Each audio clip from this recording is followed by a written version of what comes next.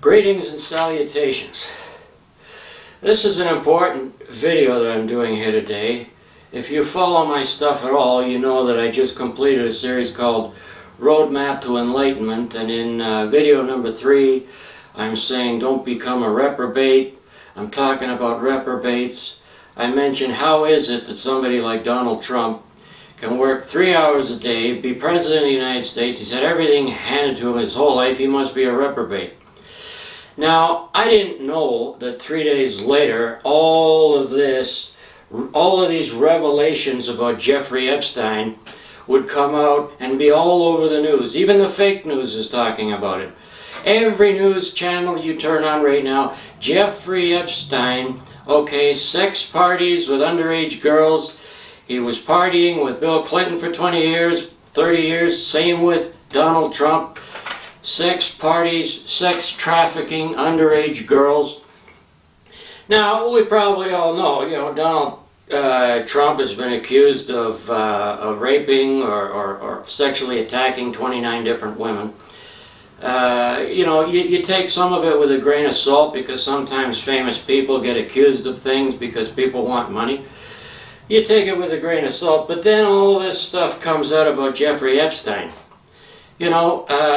Underage girls, young as 13 that we know of, we turn on the TV now and we see all of these famous people that have visited Jeffrey Epstein's house, and they're saying, we thought it was so nice that he was letting all the neighborhood kids, swim in his pool. We had no idea. Okay, those weren't the neighborhood kids. These are little kids. Okay, swimming in his pool. Okay, these were kidnapped victims. These were children being sex trafficked. Okay, he had sex parties. He owns a private island. Okay, it's like Pedophile Island. This Jeffrey Epstein guy takes people there.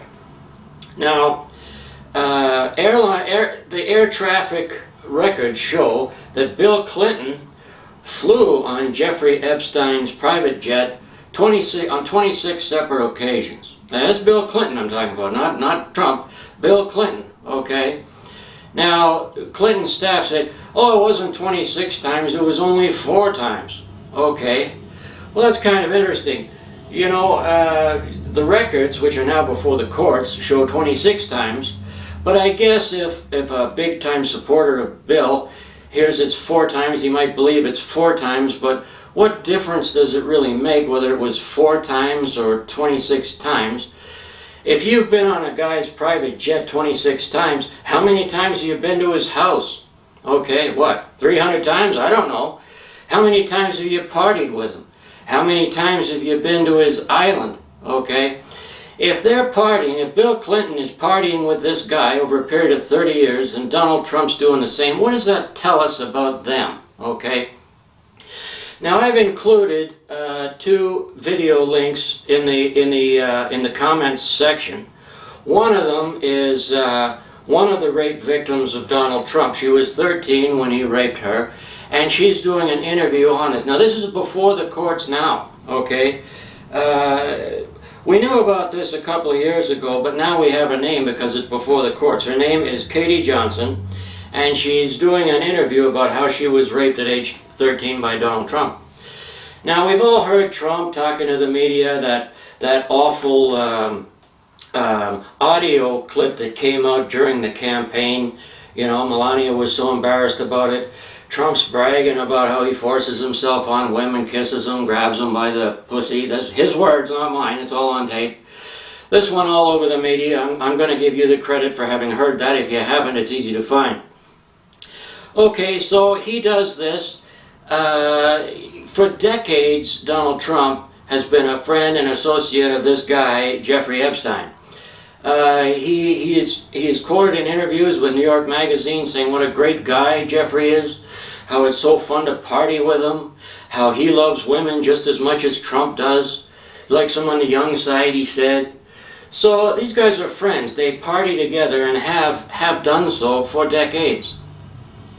Okay, so why does all this come out? Why does this is like a gift from God. 3 days after I described Trump as being a reprobate, How do you work 3 hours a day and get to be president of the United States? How is it that you have everything handed to you all the days of your life? How is it you get to be above the law and nobody can touch you? Well, you know, a reprobate, right? If you don't know what a reprobate is, go to my most recent 4-video series, number 3, Don't Become a Reprobate. The title of the series is Roadmap to Enlightenment. Roadmap to Enlightenment, subtitle, Don't Become a Reprobate. I talk about what a reprobate is. Now, I never really thought of Trump so much as being a pedophile, but I usually think of reprobates as being pedophiles. Now, with all this coming out, with the Jeffrey Epstein stuff, we see how Bill Clinton, Donald Trump, been partying with this guy for decades. It's all coming out. It's before the courts, so it's not a matter of public opinion. If you're convicted of a federal crime, then it's not a false accusation. Okay. Now, there's a few things I want to touch on here. This is like a confirmation of everything I was saying in that video. It's a bit of a godsend, and so I want to comment on it. Now, I've said many times in many videos, the Republicans and the Democrats are one party pretending to be two parties, okay? They're not even a real party. They're owned and operated by the banks, okay? When a president is elected, the banks come in, they appoint his cabinet, okay? This is a known fact. This is a known fact. Obama was president. Goldman Sachs came in, they gave him a list of all the people that were going to be in his cabinet. They said he could pick one on his own to maintain the illusion of democracy. So he got to pick one, okay? He had agreed to that in advance, all right? You don't get to be president of the United States unless you agree in advance that the banks are going to run the country. The banks own and operate the country. They own and operate the Republicans and the Democrats. They are one party pretending to be two parties. If you vote for them, you're voting for the banks, okay? If you vote for the banks, what do you get? You get pedophiles and rapists like Bill Clinton and Donald Trump. As long as you're voting Democrat and Republican, you'll have somebody like that. Now, you've been told if you vote for an honest person, it's a wasted vote. If you might not like the Green Party to the left, the Libertarians to the right, you might not like them, but they're honest. I think you could admit that much, okay? Voting for them is a wasted vote, you've been told. You've got to vote for Democrat or Republican. That way you'll have good things come to your constituency, and you'll be able to choose whether or not you have a Clinton or a Trump as president, okay? I see that as highly dysfunctional and even brainwashed thinking. You've been brainwashed. If you think that a choice between a Trump and a Clinton is a choice, if you think the Democrats and the Republicans are two different parties, you've been so brainwashed, you're feeble-minded now, okay? You are feeble-minded now. If you think that voting for an honest person is a wasted vote, you are feeble-minded. You are so brainwashed, okay? Two honest people somehow got in through the Democratic side, AOC and Ilhan Omar, okay? Was that a wasted vote for the people that voted for them? Have they had no effect at all on Washington? Have they been lost in the crowd? Or did they turn Washington on its ear by telling the truth? Well, what power did they have? What support did they have? Well, nothing really. Two young women with a little bit of experience, no money, no connections. But they came into power and told the truth. Okay, do you still believe that voting for an honest person is a wasted vote? Do you still believe that voting for Democrats and Republicans is going to bring you something better than what you already have? Okay, you got no democracy at all as long as you're supporting Democrats and Republicans. You're just voting for the big banks. You're putting pedophiles into the White House and expecting a different result. You need to be willing to vote for an honest person in spite of what you've been told. Now, having said that, I gotta make this other point. Now, there's about 85 million evangelicals, at least, tens of millions of fundamentalists across the United States. And, you know, they will usually voice a political opinion. In fact, they are more likely to voice a political opinion than anybody else. Yet, in regard to the sex scandals, the child sex trafficking, they haven't said a peep. They haven't come out and said, oh, that's wrong. No, they're silent, okay? And I want to draw your attention to the fact that they are silent, okay?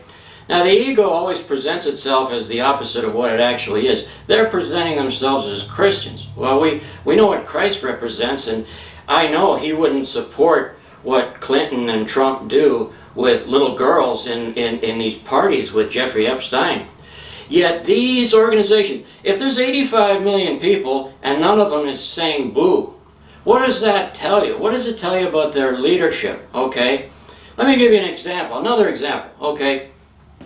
Let's take a look at the issue of abortion. I don't think anybody's in favor of abortion, but if there's a 13-year-old girl that's pregnant, maybe you could feel sorry for the girl, okay? Maybe you have to look at the big picture, all right? But let's say it isn't so much, it's not that the evangelicals and the fundamentalists hate the girl. It's not that they feel like she's defied their culture. They don't hate the girl. They just have compassion for children. Let's say that's true. Let's say they have compassion for children. So what about these concentration camps all along the southern border that Donald Trump has set up? 8-year-old boys and girls sleeping on a cement floor without a blanket, without a pillow, without access to soap. Okay, you could be kidnapped by terrorists and be treated better than the children are being treated in these concentration camps. All right, what are the evangelicals and the fundamentalists doing? They are celebrating Donald Trump's achievement. They relish the fact that these people are being pounded down into the ground. Are they followers of Jesus Christ? No, obviously not. Give your head a shake, all right? Jesus Christ was about compassion and love. Jesus Christ wouldn't hate a 13-year-old girl because she's pregnant. He wouldn't want her to send her to jail or ruin her life like organized religion would do. Look at what he did to save Mary Magdalene. He put his life on the line to save a prostitute, a hooker. You think evangelicals in the United States would do that? They are about hate and jealousy. They are about power and control. They are about ego. All right? The fact that they do not complain when Trump is involved with child prostitution, sex trafficking rings, orgies with 13-year-old girls.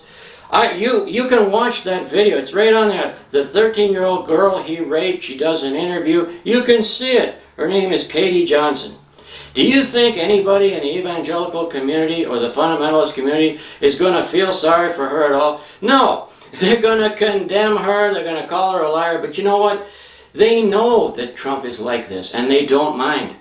They know that Clinton was like that, and they didn't mind. They know that if they vote Democrat or Republican, this is the kind of person they're going to have for president, and they really believe that voting for an honest person is a wasted vote. Okay? I want to leave that with you.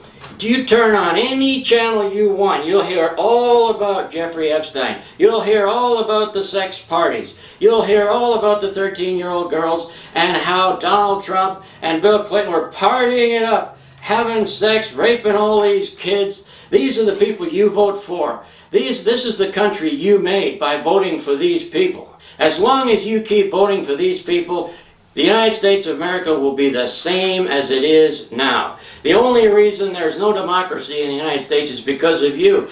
Why? Because you keep voting Democrat and Republican. You think that voting for an honest person, whether they're green or libertarian, it's a wasted vote. Better to choose between Clinton and Trump than to get an honest person in there. You believe that. That's what you believe, and the proof of it is that you keep voting Democrat and Republican. That is the proof of it. Everything that's wrong with the United States is your fault, not somebody else's fault. And if you don't vote, you're just as bad. Okay? You've been told that voting for an honest person is a wasted vote. So what do? You either vote Republican, Democrat, or you don't vote. What the hell good is that? Give your head a shake. Wake up and smell the coffee. Make yourself watch the news. Look at all these stories about Jeffrey Epstein and what your elected officials have done with them. My name is Scott McGurn, and thank you for your time.